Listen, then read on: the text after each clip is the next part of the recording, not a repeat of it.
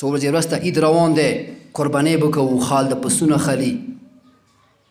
ښې ښې قربانۍ د تېروي پښتنې د کوي څه قربانۍ کې څه عیب نه وي خو شپېږا مولودیایي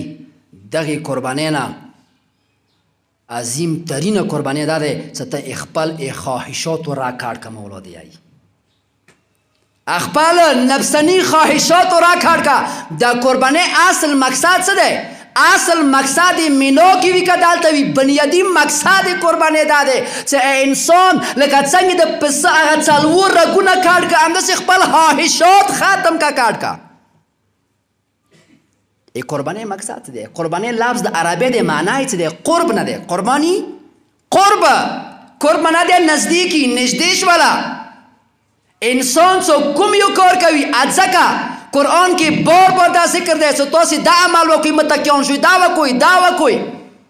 یعنی هر یو انسان ارزو دا دی چې کوم یو نیک کار کوه کومه نیکۍ کوي هغه دې دپاره کوي چې ما که خدای څخه قرب حاصل کوم ځکه د کائنات مولا نهج البلاغه کې د مولا دا جمله موجوده ده د کائنات مولا دی یایي چې المونځ هر متقي دپاره قربانۍ ده قربانۍ یعنی تقرب الهی خدای سره نږدې کوالی تاسې سوره حج پړه وکړئ قربانۍ مقصد څه دی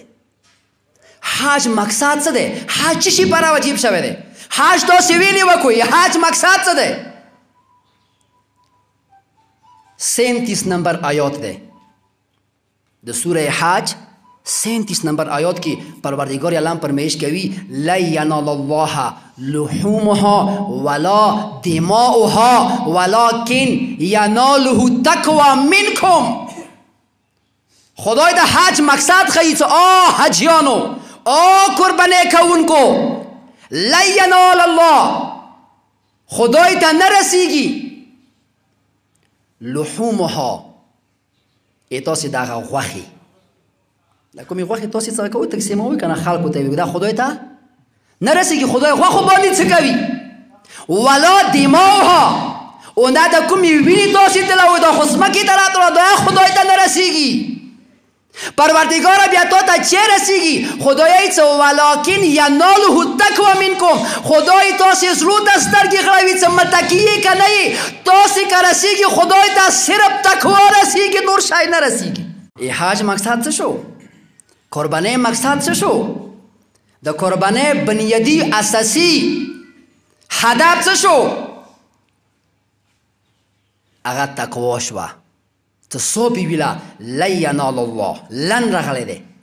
عربی کې نپی د پاره ډیر الفاظ دي لام الف لام معنا د نهي لم معنا د نهي لما معنا د نهي ما معنا د نهي لن معنا د نهي خو لن کوم ځای کې راشي هغه ابد الاباد نپی کوي یعنی هغه شای اصلا بیا کیدای نشي لکه قرآن کې خدای به بری راغلی دي چې موسی ته ویل لن ترانی موسی مو بالکل نشي لیدای یعنی خدای نه دنیا کې لیدای شي نه آخرت کې لیدای شي نه لیدل قابل دی ارمیشه لپاره نپی کوي دالته لن راغلی لن ینال الله خدای ته هرگز لپاره نه رسیږي لحومها ولا دماؤها تاسې دغه غوښې د وینې خدای ته هرگز نه رسیږي ولکن یناله التقوی منکم که رسیږي هغه صرف تاسې زړه نیاد تقوا دی چې ته څومره متقي ته څومره پرهیزګاري هغه تقوا خدای ته رسیږي که تقوا نشته قربانۍ څه معنا شته قرآن دی دغه غوښې دغه وینې خدای ته نه رسیږي حج بنیادي مقصد تقوا و خدای د قرآن کی سوره اعراف کیا فرمایش کوي چې انما یتقبل الله من المتقین انما چې ته راشي انما حاصر د فاره دی صرف یعنی بل چا نه صرف خدایي چې زه عمل قبلوم چا د متقیانو عمل قبلوم بل چا عمل نه قبلوم غیر متقی انسان چې کوم عمل کوي خدای دې چې هغه قبول نه دی نیک عملونه کوه قبلیږي خو که به شرط قرآن دی انما سوره اعراف آیات ده انما صرف یتقبل الله من المتقین. خدای صرف و صرف هغه چې عملونه قبلوي څه هغه متقي دی، هغه پرهیزګار دی.